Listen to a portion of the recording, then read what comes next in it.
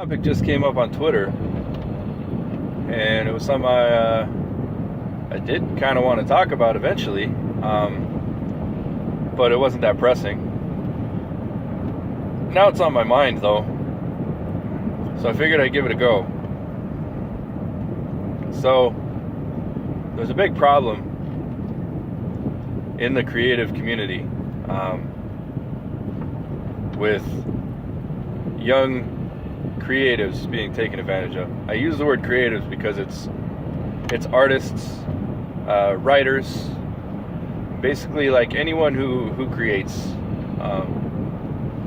There's a naivete problem with them, and then there are just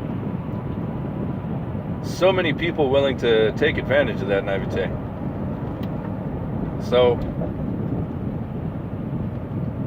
a couple of you have known me a very long time, almost 15 years, and in that time I have started a lot of projects that never got finished, or finished a lot of projects that never really went anywhere. That's just how it goes sometimes. When I was in high school, I started two big projects for me. One was called The War of the Gods. It's not a very imaginative title, pretty generic. It's sort of a whole future history going about 1,000 years into the future. I created a timeline. I did a bunch of design work for different alien races and spaceships, main characters. And the way I had designed it was like the timeline would be just significant points in human history throughout that 1,000-year span. And I put a lot of work into that. I had a friend helping me with some of it during, I remember during our last day of junior year in high school, we literally spent the entire day in one classroom with the whiteboard, just sketching out ideas, making graphs of different plot points and how they tied into each other and how characters would be related to each other and everything. It was immense, right? Filled up about 3 comp books just with backstory. And then I did a few short stories for it once I got into college. Right? That project was taking up a lot of my time. Another one didn't have a title. It was just called the Vigilantes Project. That was more of a supernatural kind of thing, where it was about these 2 guys who had they had come across just totally by accident these swords that had been forged in hell to be angel killers, right? And the swords had like grafted onto these guys, so they were the only ones that could wield them. And then the angels were trying to recruit them in the war against the demons to prevent these swords from falling into the wrong hands. It was the sort of like douchey, pretentious, religious allegory stuff that's really common for a 19-year-old artist, right?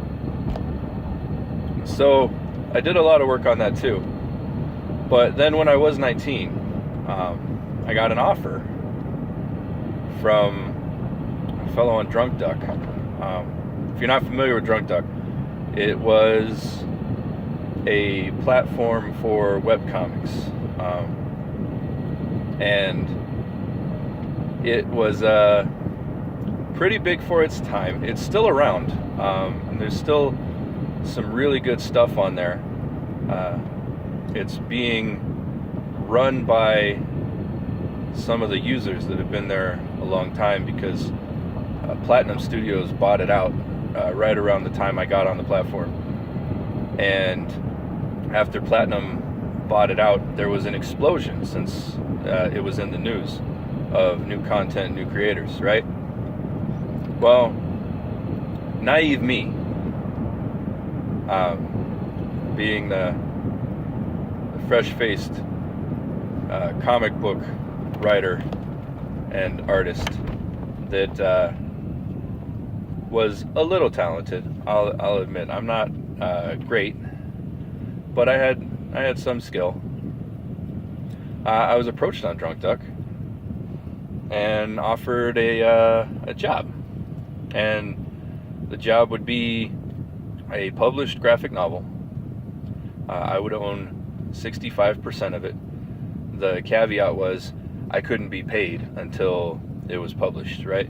But I saw this as an opportunity for me to build something strong in my portfolio, because that's the real key for me as a young 19-year-old trying to break into the business of being creative, was a portfolio. This was before things like Patreon and social media wasn't nearly as big at the time. It was mostly like message boards and stuff. Monetizing your art on the internet was not nearly as easy as it is now. So I took it as an opportunity, and people often make jokes about being paid in exposure. It's a long-running joke with just about any artist. Being paid in exposure is dumb and bullshit, but I saw this as my big break, right? This guy was not famous.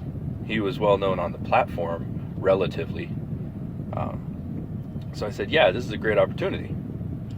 So I started doing art. Now the deal with these pages I did, because he said he wanted this professional. These were big, like 18-inch pages. I couldn't scan these at home. So I would finish a page, and after 3 or 4 pages, I would roll them up in a tube and send them off to him, right? Well, then the dude disappears.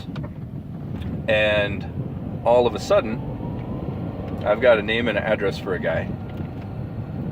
And that's it. All of our contact was online. I no longer have his responses when I'm trying to contact him. His account's been deleted from Drunk Duck. It was devastating to me, because this was 18 months of work, a year and a half. I did pretty much nothing of my own. I did a very small comic strip for the college newspaper, and the art for that was mostly just copy and pasted art that I had already produced. So it didn't take up a lot of time, effort, or creativity. But I was broken after that. I literally just stopped making anything. There was about 6 pages of a really slapped together concept. I did, it was 6 or 7, I'm not sure, but I did them all basically over the course of a night for an idea that a friend had. I posted them up, and that was it. Didn't make anything else for a few years. I mean, this just killed me. And the lesson is that it can happen to anybody. I know now that I was taken advantage of. I don't know what the guy ever did with the project. I've never seen anything that looks like my art in print. I don't think he went ahead and published it at all. I don't know if the dude died or what. I don't even remember the specific name, because it's been ages now. And after so long, it's been lost to time. I don't have the records. I've been through so many moves. But this isn't a sob story about my lost art. It's really more of a lesson that the young creatives out there today, it's, as I said, it's never been more easy to monetize your art, but it's also never been more easy to prey on people who want to make a living with their art. We've got companies that publish articles totally unpaid, user-submitted articles, right? And they're making thousands and thousands of dollars off the clicks that these articles generate. And nobody's making any money off of that except the company that runs the site, right? They're getting all the ad revenue and everything. The writers are getting nothing. We've got so many artists and writers who are doing what I did. They're writing for exposure.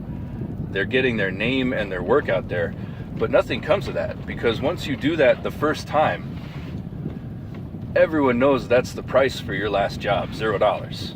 And if you're not going to match that price for equal or better work, you're not going to get the job again.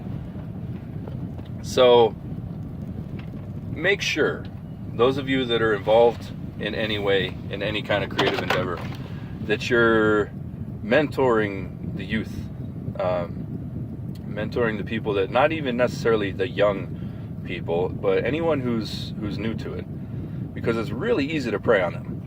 It's really easy to convince somebody that they're going to make it big just by getting their name out there, and that someone's going to see that and offer them the high-paying job if you just do enough small, unpaid jobs first. Treat it like work, and you may be rewarded as if it's work. But if you don't treat it like work, you're going to be rewarded with nothing. If I went into Burger King and offered to work their grill for $0 just so people would know me as the best guy on the grill, no one's going to hire me after that. They're going to expect me to do that work for $0 or not do the work at all. That's the thing, is everyone makes some kind of art. Everyone writes, everyone draws, right? There's no shortage of artists. So the exposure, it's not going to get you there, right? You have to produce something that's worth it, and then you have to know that worth and make sure that people are giving you what it is worth. That's the lesson for today. I have some more to talk to you guys later. Thank you for watching. Make sure you subscribe if you like it. Share if you want other people to like it. I will talk to you later. Bye.